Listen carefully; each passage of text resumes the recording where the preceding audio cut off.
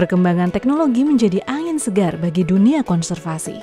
Penggunaan teknologi konservasi seperti kamera trap dan drone memungkinkan peneliti untuk dapat menemukan kembali hewan yang dianggap sangat langka dan mendekati kepunahan. Peneliti juga dapat mempelajari perilaku satwa, seperti pola pergerakan dan interaksi sosial yang terjadi melalui implementasi teknologi konservasi.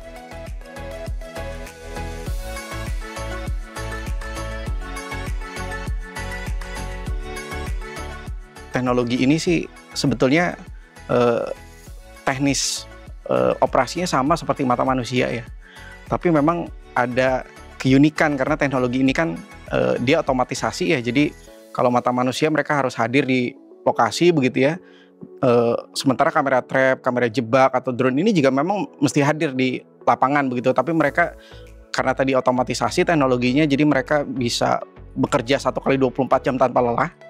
Jadi cukup diberikan ya, kalau di manusia itu diberikan nutrisi dalam bentuk makanan begitu ya, tapi kalau misalnya drone gitu ya, kamera trap itu cukup diberikan baterai atau daya listrik tertentu yang mereka akan bekerja 1 kali 24 jam tanpa lelah, tanpa menimbulkan suara begitu ya, dan tidak ada bau karena memang kalau bicara terkait dengan monitoring pengamatan satwa liar gitu ya, memang sebagian besar satwa liar ini kan elusif dan kriptik ya, jadi mereka agak sensitif, mereka agak samar begitu ya. Dengan kehadiran manusia mereka cenderung menghindar. Dengan teknologi ini mereka cenderung tidak terganggu begitu, sehingga relatif satwa ini ketika bergerak di depan kamera trap atau drone begitu ya, mereka tidak merasa ada yang mengamati atau ada alat di sekitar mereka, sehingga memang pengamatannya cenderung lebih bisa berjalan lebih optimal ya, lebih efisien dan efektif dibanding kalau kita melakukan metode pengamatan dengan konvensional, misalnya dengan mata manusia yang ada keterbatasan tentunya.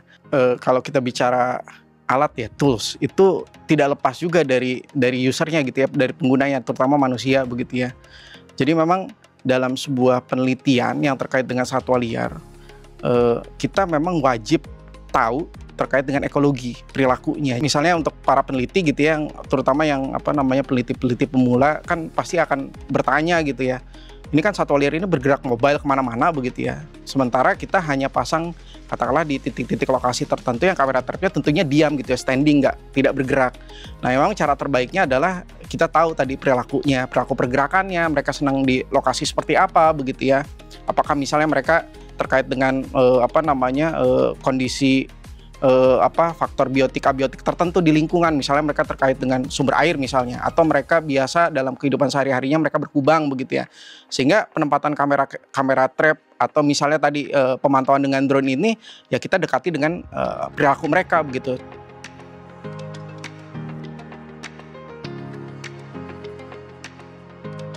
Jadi kami berhasil menangkap 2 spesies yang dianggap sudah sangat langka ya. Jadi memang riset-riset menunjukkan memang temuan spesies ini sangat sedikit begitu ya. Jadi tahun 2002-2003 itu kami kurang lebih menangkap 2 spesies yang tadi saya sebutkan. Yang pertama adalah kucing merah Kalimantan, dan menariknya adalah ternyata temuan kami ini menjadi yang pertama terkait dengan variasi warna. Karena selama ini yang kita kenal misalnya kucing merah Kalimantan itu ya warnanya merah sesuai dengan namanya begitu ya. Ternyata tidak ada variasi lain, warna abu, warna hitam gitu ya. Termasuk juga misalnya musang air ya. Itu juga kami berhasil temukan begitu ya. Nah, kalau mungkin saya agak extend begitu ya, bagaimana teknologi ini menemukan beberapa spesies yang lain itu sebenarnya cukup banyak ya. Contoh misalnya tahun 2011-2012 itu ada 1 spesies primata di Kalimantan Timur yang sudah dianggap punah, langur kutai, itu ternyata berhasil ditemukan. Terus ada juga di tahun kurang lebih 2013 itu di daerah Loser, di Gunung Loser ya. Jadi ada cerplay gunung namanya. Jadi bukti sejarahnya masih sangat terbatas, sangat luar biasa ya temuan-temuannya. Termasuk juga ada yang menarik Mbak Wina di Papua yang konon katanya itu sudah dianggap punah sejak 1961. Ada 1 spesies Echidna moncong panjang, itu spesies yang memang unik sekali dan biasanya ada di daerah yang termasuk zona Australian ya. Jadi kalau di Indonesia itu kan ada 3 zona ya, Sundaland, daerah barat, daerah tengah yang biasanya daerah zona yang dilewati garis walas, dengan di sebelah timurnya Australia. Jadi Papua, Maluku dengan Australia itu punya spesies unik yang tadi yang saya sampaikan. Echinita moncong babi ini itu dianggap punah 1961. Ternyata lewat pemasangan kamera trap yang mungkin ada puluhan ya kamera trap yang dipasang di Pegunungan Sailok, Papua, itu berhasil menemukan pada Juli 2023 gitu ya si spesies ini.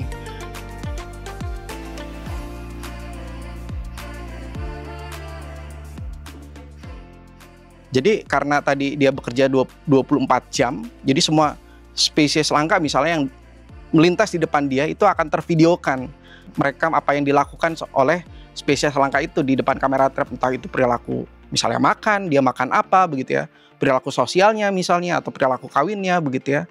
Setelah saya pikir perilaku lain yang mungkin terkadang tidak bisa tercapture dengan oleh mata manusia itu bisa tercapture oleh kamera trap dan drone.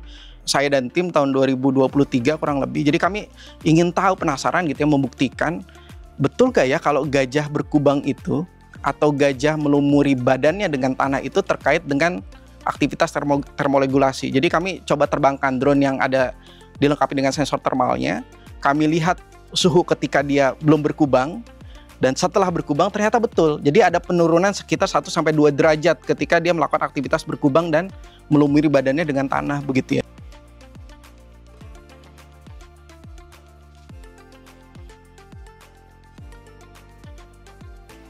Memang sebagian besar penelitian terkait dengan satwa langka ini kan dilakukan di daerah-daerah remote ya, daerah-daerah terpencil begitu ya.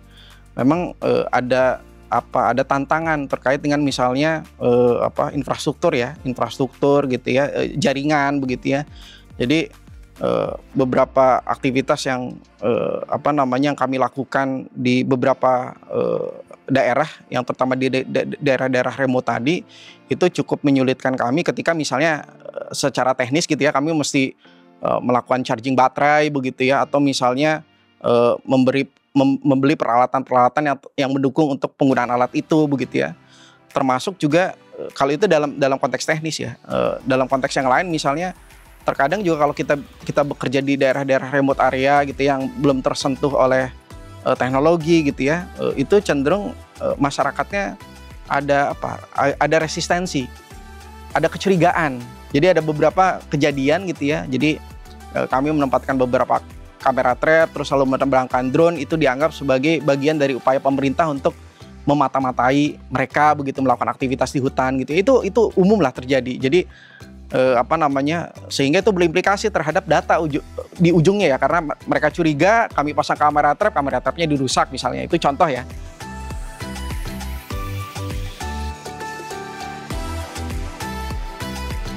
Apa implikasinya ketika mereka tidak ada gitu ya.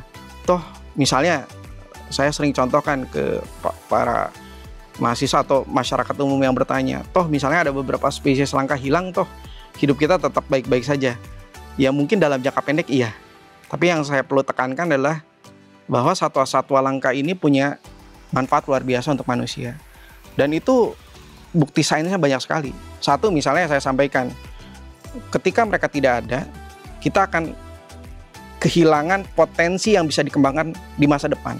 Contoh misalnya di bidang kedokteran, banyak sekali vaksin, obat gitu ya, yang itu dari satwa, dari tumbuhan begitu ya.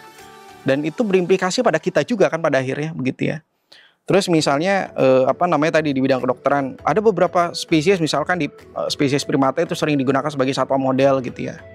Digunakan sebagai satwa model untuk penelitian-penelitian terkait dengan biomedis. Itu kan sebenarnya sudah terlihat tuh peran manfaatnya begitu ya. Sekarang cukup banyak terjadi dan itu teman-teman bisa cek di berbagai media online ya. Jadi misalnya contoh beberapa desa yang berbatasan langsung dengan Taman Nasional, in case misalnya di Taman Nasional Gunung Cermai itu kan populasi macan tutulnya dalam beberapa tahun terakhir ini turun. Tapi memang bersyukurnya pemerintah berusaha untuk mengembalikan populasi di alam ya, lewat kegiatan misalkan reintroduksi, rilis gitu ya. Nah, ketika populasi predator ini hilang, itu ternyata kebun-kebun masyarakat yang ada di sekitar kawasan itu terganggu dengan hama babi, monyet ekor panjang gitu ya, karena tidak ada yang mengontrol mereka begitu ya. Nah, itu sebetulnya terasa, tapi karena kita seolah-olah jauh dari keberadaan mereka, itu kita tidak bisa merasakan langsung begitu ya. Saya pikir itu beberapa contoh ya.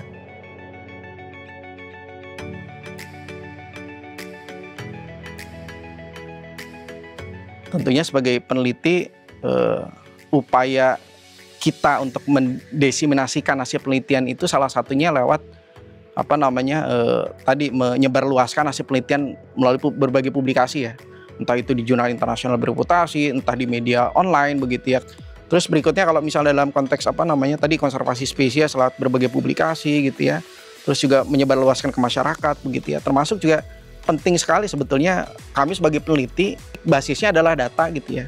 Dan itu data-data itu digunakan oleh kami untuk mungkin memberikan insight ke pemerintah ya terkait dengan bagaimana kebijakan harus dibuat.